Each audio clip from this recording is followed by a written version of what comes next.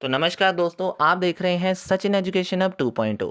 तो दोस्तों, आज की इस वीडियो में हम जानेंगे रिटेल बैंकिंग और होलसेल बैंकिंग सिस्टम के बारे में। तो ये जो दो बैंकिंग सिस्टम है आज के समय में बहुत ज़्यादा चल रहे हैं, और स्पेशली रिटेल बैंकिंग सिस्टम। लेकिन फिर भी बहुत सारी केसेस में हमें इन दोनों में डिफरेंशिएट करने में काफ़ी दिक्कत आती है। लेकिन आज की इस वीडियो में आपको ये सारे पॉइंट्स जो हैं इन दोनों के मतलब भी बता देंगे, और दोनों को डिफरेंशिएट करने में आपकी मदद भी हो जाएगी। तो देखिए, सबसे पहले अगर हम बात करें कि होलसेल बैंकिंग के बारे में, तो जब हम बैंकिंग सर्विसेज लार्ज इंस्टीट्यूशंस को दे रहे हैं, that is a wholesale banking. और वही अगर बैंकिंग सर्विसेज ऑफर की जा रही हैं बहुत सारे इंडिविजुअल कंज्यूमर्स को या स्मॉल बिजनेसमैन को, तो that is a retail banking system, right. तो अब इसको डिटेल में अगर मैं एक बार दोबारा बताऊं तो क्या मतलब समझ में आया। होलसेल बैंकिंग मीन्स ऐसे होलसेल बैंक्स ऐसे बैंक्स होते हैं जिनको हम कॉर्पोरेट बैंक्स भी बोल देते हैं कई बार। कि मतलब ऐसे बैंक जो सिर्फ बड़े बड़े कॉरपोरेशंस की नीड को फुलफिल करते हैं, जो गवर्नमेंट एजेंसीज को ही सर्विसेज देते हैं, जो बड़े बड़े इंस्टीट्यूशन इन्वेस्टर्स की मदद करते हैं। मतलब एक तरीके से ऐसे बैंक्स जो लार्ज ट्रांजैक्शंस में डीलिंग करते हैं, तो that are the wholesale banks. और दूसरी तरफ रिटेल बैंक्स कौन से होते हैं, जो अपनी फाइनेंशियल सर्विसेज छोटे लेवल पे इंडिविजुअल कंज्यूमर्स को देते हैं, स्मॉल बिजनेसमैन को देते हैं, उनको लोन प्रोवाइड करके उनकी नीड के अनुसार। तो एवरीडे बैंकिंग सर्विसेज जब प्रोवाइड की जाती हैं इंडिविजुअल कंज्यूमर्स को या बहुत सारे और छोटे लेवल के बिजनेसमैन्स को, तो उस सिस्टम को, यानी जो वो वाली बैंकिंग सर्विसेज हम प्रोवाइड कर रहे हैं या जो बैंक उनको वो सर्विसेज दे रहा है, उनको हम रिटेल बैंक्स बोलते हैं। ठीक है जी। अब बात करते हैं कि मैंने मीनिंग में ही आधे से ज़्यादा क्लियर कर दिया कि इनके टारगेट क्लाइंट्स क्या होंगे। तो wholesale banking system primarily target करते हैं बड़े बड़े कॉरपोरेशंस को, गवर्नमेंट को, इंस्टीट्यूशन इन्वेस्टर्स को। उनको बहुत सारी सर्विसेज प्रोवाइड करके उनकी कॉम्प्लेक्स नीड्स के अनुसार, या जो बिगर बिगर क्लाइंट्स होते हैं उनकी जो फाइनेंसिंग नीड्स होती हैं, उनको बहुत सारे फाइनेंसिंग की हेल्प करके ये बैंक्स उनकी मदद करते हैं। यानी बड़े बड़े लेवल पे जो बड़े बड़े लोग होते हैं, बड़े बड़े इंस्टीट्यूशंस होते हैं, उनकी उनकी तरफ ध्यान होता है हमारे होलसेल बैंक्स का।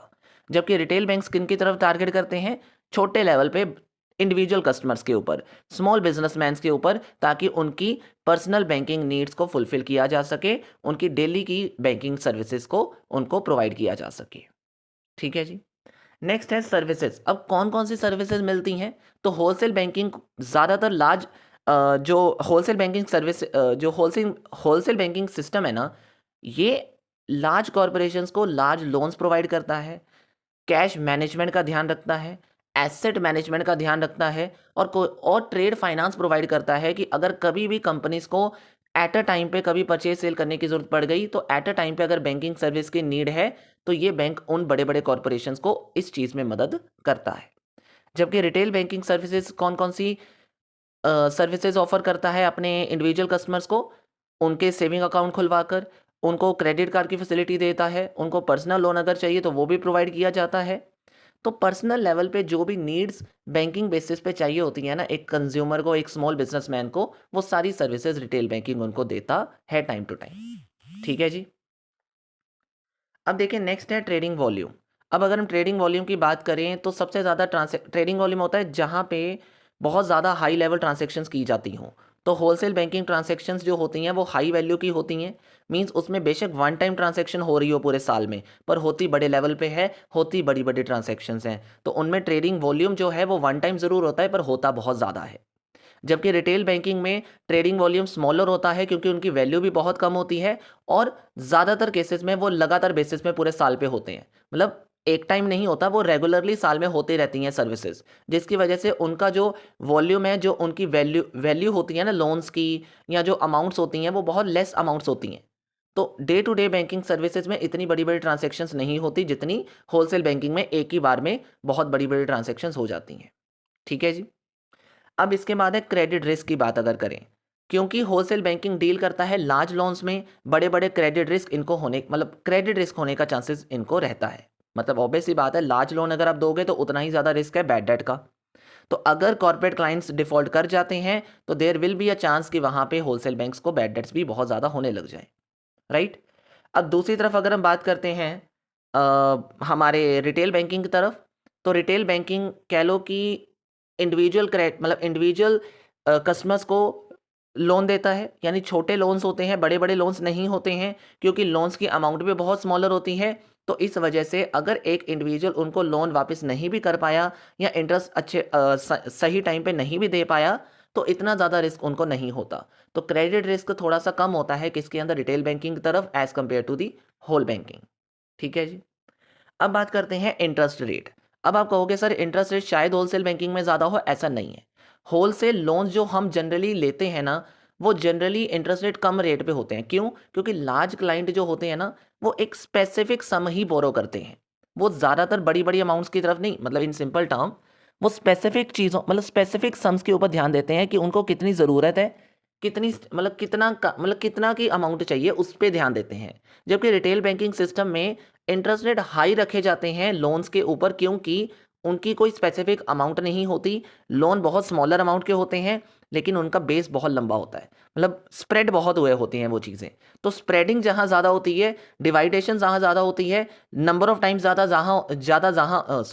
नंबर ऑफ टाइम ज़्यादा जहाँ होते हैं, वहाँ पे ध्यान ज़्यादा देना पड़ता है। इट मीन्स वहाँ पे इंटरेस्ट रेट ज़्यादा होता है।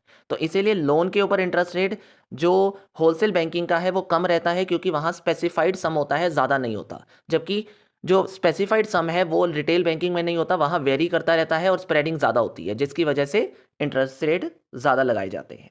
राइट। नेक्स्ट है प्रॉफिटेबिलिटी। अब होलसेल बैंकिंग ऑब्वियस सी बात है लार्ज रेवेन्यू क्रिएट करेगा, क्योंकि उनके पास बड़े बड़े क्लाइंट्स हैं, बड़ी बड़ी सर्विसेज वो देते हैं। नो डाउट, ऑब्वियस सी बात है बड़ी बड़ी ट्रांजेक्शन्स करते समय बड़ी बड़ी कॉस्ट भी लगेगी, लेकिन फिर भी उनका जो प्रॉफिट है वो इतना, मतलब कह लो रिटेल बैंकिंग से काफ़ी ज़्यादा बेटर होता है कि जो होलसेल बैंकिंग है वो हाई रेवेन्यू क्योंकि इसलिए कमा लेते हैं, लार्ज ट्रांजैक्शंस, मतलब कहते हैं ना, अब आप बड़ी ट्रांजैक्शन में डील कर रहे हो तो कॉस्ट बेशक ज़्यादा लग रही है, पर आप उसमें मार्जिन भी तो उतना ज़्यादा रख रहे हो ना फिर। राइट। इसलिए प्रॉफिट भी ज़्यादा होता है। लेकिन रिटेल बैंकिंग सिस्टम अब कम अमाउंट में डील करती है, तो ज़्यादा मार्जिन नहीं रख पाएगी, ज़्यादा चीज़ें नहीं मैनेज कर पाएगी, मतलब उनकी कॉस्ट ही इतनी होती है कि वो अगर कम दाम में अपने कस्टमर्स को देने की कोशिश भी करे तो मार्जिन ज़्यादा नहीं मेंटेन कर पाएंगे। तो कम मार्जिन की वजह से उनका प्रॉफिट होलसेल बैंकिंग की तरह ज़्यादा नहीं होता, उनका प्रॉफिट बहुत कम होता है और कभी कभार उनको प्रॉफिट नहीं भी होता है। तो इसीलिए रिटेल बैंकिंग सिस्टम इतना प्रॉफिट्स नहीं कमाते, उनका हाई कस्टमर वॉल्यूम इतना नहीं होता, मतलब कह लो कस्टमर वॉल्यूम जो है वो तभी, मतलब कस्टमर वॉल्यूम अगर ज़्यादा है तभी रेवेन्यू बढ़ेगा, तभी प्रॉफिट आएगा, नहीं तो कस्टमर अगर कम है ना, तो वहाँ पे आपको प्रॉफिट भी ज़्यादा नहीं मिलेगा। तो कुल मिला के रिटेल बैंकिंग का सिस्टम कस्टमर्स के ऊपर डिपेंड करता है और होलसेल बैंकिंग का सिस्टम लार्ज ट्रांजेक्शन्स के ऊपर डिपेंड करता है। चाहे उसमें कस्टमर एक ही हो, अगर लार्ज ट्रांजेक्शन है तो होलसेल बैंकिंग को प्रॉफिट हो जाएगा, लेकिन अगर कस्टमर ज़्यादा है तो रिटेल बैंकिंग भी उतना ही प्रॉफिट कमा सकता है, पर कस्टमर ज़्यादा होने चाहिए ना, ये भी तो मैटर करता है। ठीक है। लोन टाइप, कौन कौन से लोन प्रोवाइड किए जाते हैं? तो सिंडिकेटेड लोन हो गया या फिर ब्रिज लोन्स हो गया, मतलब जो बड़े बड़े कॉन्ट्रैक्ट अकाउंट्स के, मतलब कॉन्ट्रैक्ट पर्पस के लिए जो लोन चाहिए होते हैं ना, उस तरह के लोन हम प्रोवाइड करते हैं इस केस के अंदर, होलसेल बैंकिंग के अंदर। मतलब कह लो कॉर्पोरेट फाइनेंस की नीड्स को मीट करने के लिए जो स्पेसिफिक नीड्स होती है ना, उनको उन स्पेसिफिक नीड्स के अनुसार लोन्स को डिवाइड किया जाता है और उन लोन्स को उनको प्रोवाइड किया जाता है एट अ लार्जर लेवल पे। लेकिन दूसरी तरफ रिटेल बैंकिंग कौन-कौन से लोन देता है? ऑटो लोन्स हो गया, पर्सनल लोन्स हो गया या फिर कह लो मोर्टगेज लोन हो गया। यानी जो छोटे लेवल पे एक पर्सनल नीड्स को पूरा करने के लिए जो लोन मिलते हैं ना, वो रिटेल बैंकिंग में मिलते हैं। जबकि एक बड़े-बड़े ऑर्गेनाइज़ेशन को बड़े-बड़े कामों के लिए, बड़े-बड़े कॉन्ट्रैक्ट करने के लिए जो फाइनेंस चाहिए होता है, लोन लेने होते हैं, वो होलसेल बैंकिंग उनको देता है। नेक्स्ट आता है सर्विस चैनल। कौन-कौन से service channel means wholesale banking किस-किस सिस्टम के ज़रिए आपके साथ कॉन्टैक्ट कर सकता है, यानी होलसेल बैंक्स की सर्विसेज आप कैसे ले सकते हो? देखो होलसेल बैंकिंग के लिए आपको जनरली डायरेक्ट कॉन्टैक्ट ही करना पड़ेगा, मीन्स होलसेल बैंक्स में जा जाके ही आपको वो चीज़ मिल पाएगी। मतलब आपको डायरेक्टली असेस करना पड़ेगा बैंक्स के साथ, बैंक्स के मैनेजर के साथ। आपको इसकी ऑनलाइन फैसिलिटी या फिर एट अ टाइम फैसिलिटी या 24/7 फैसिलिटी प्रॉपर्ली नहीं मिल पाती। इसका मतलब मेरा ये है कि जैसे रिटेल बैंकिंग आज आप बहुत सारे ब्रांचेस बनी हुई हैं ना, हर जगह-जगह पर एटीएम्स खुले हुए हैं, ऑनलाइन सिस्टम है, मोबाइल प्लेटफ़ॉर्म्स हैं, मतलब हर जगह ईज़ी एक्सेसिंग हुई पड़ी है ना, कस्टमर जब मर्ज़ी पैसा लेकर आ सकता है, लेकर जा सकता है, डिपॉज़िट करवा सकता है। लेकिन होलसेल उतना वास्ट नहीं है। वो कुछ-कुछ जगह पर बना हुआ है, कुछ-कुछ जगह पर ही उनकी सर्विसेज़ मिलती हैं, जिसकी वजह से आपको डायरेक्ट कॉन्टैक्ट ही करने पड़ेंगे। उसकी इतनी सर्विसेज़ हर जगह अवेलेबल नहीं है। ठीक है जी। देन है मार्केटिंग फोकस। होलसेल बैंकिंग का मार्केटिंग फोकस क्या है? स्ट्रॉन्ग रिलेशनशिप बनाना, किसके साथ? बड़े बड़े क्लाइंट्स के साथ, उनके साथ बड़े बड़े नेटवर्क क्रिएट करना, बिजनेस कम्युनिटीज़ को आगे लेके जाना, मतलब you can say that large clients को रिटेन करके चलना, ताकि उनको भी लार्ज क्लाइंट से बेनिफिट होता रहेगा इस वजह से। जबकि रिटेल बैंकिंग का फोकस होता है थोड़ा सा छोटे लेवल पे ही सही काम करना, लेकिन एडवर्टीजमेंट ज़्यादा करना, प्रमोशन ज़्यादा करना, या फिर आप कह लो मास मार्केटिंग के ऊपर ध्यान देना। कोशिश इस बेस पे की जाती है कि कस्टमर्स तक पहुंचा जा सके, मतलब हम ध्यान देते हैं कि इंडिविजुअल कस्टमर्स के साथ जिस तरीके से भी हम उनको कॉन्टैक्ट मतलब उनको अट्रैक्ट करें, वो तरीका हम अपनाने की कोशिश करते हैं रिटेल बैंकिंग सिस्टम के अंदर, जिसमें ज़्यादातर एडवर्टीजमेंट आती है, ज़्यादातर सेल्स प्रमोशन आती है। ठीक है जी। एग्जाम्पल के तौर पर अगर हम बात करें सर्विसेज के केस में, तो जनरली होलसेल बैंकिंग आपको बहुत सारी सर्विसेज, जैसे कि फॉरेन एक्सचेंज की सर्विस, जो बड़े बड़े बैंकिंग को फॉरेन एक्सचेंज के टाइम पे चाहिए होती है, इनपुट इंपोर्ट एक्सपोर्ट के टाइम पे, इन्वेस्टमेंट बैंकिंग की सर्विस की बात कर लो, या एसेट मैनेजमेंट कह लो, या ट्रेड फाइनेंस, ये हमने ऊपर भी बात करी, ये सारी सर्विसेज हमें इसमें मिलती हैं। जबकि दूसरी तरफ अगर बात की जाए रिटेल बैंकिंग की, तो ये भी मैंने आपको बताया था कि सेविंग अकाउंट हो गया, फिक्स्ड अकाउंट्स हो गए, क्रेडिट डेबिट कार्ड हो गया, या फिर कस्टमर की लोन रिक्वायरमेंट को पूरा करना, पर्सनल लोन उनको देकर, मोर्टगेज लोन उनको देकर, हाउसिंग लोन उनको प्रोवाइड कर कर, तो that is come under retail banking system. Okay जी।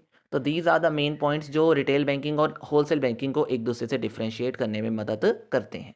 तो आई होप आपको ये टॉपिक अच्छे से क्लियर हो गया है। तो जल्दी से वीडियो को लाइक और शेयर कर दीजिएगा। चैनल पे नए हो तो सब्सक्राइब का बटन और साथ में बेल आइकन ज़रूर प्रेस करिएगा। मिलते हैं नेक्स्ट वीडियो में। Thank you so much. Have a nice day.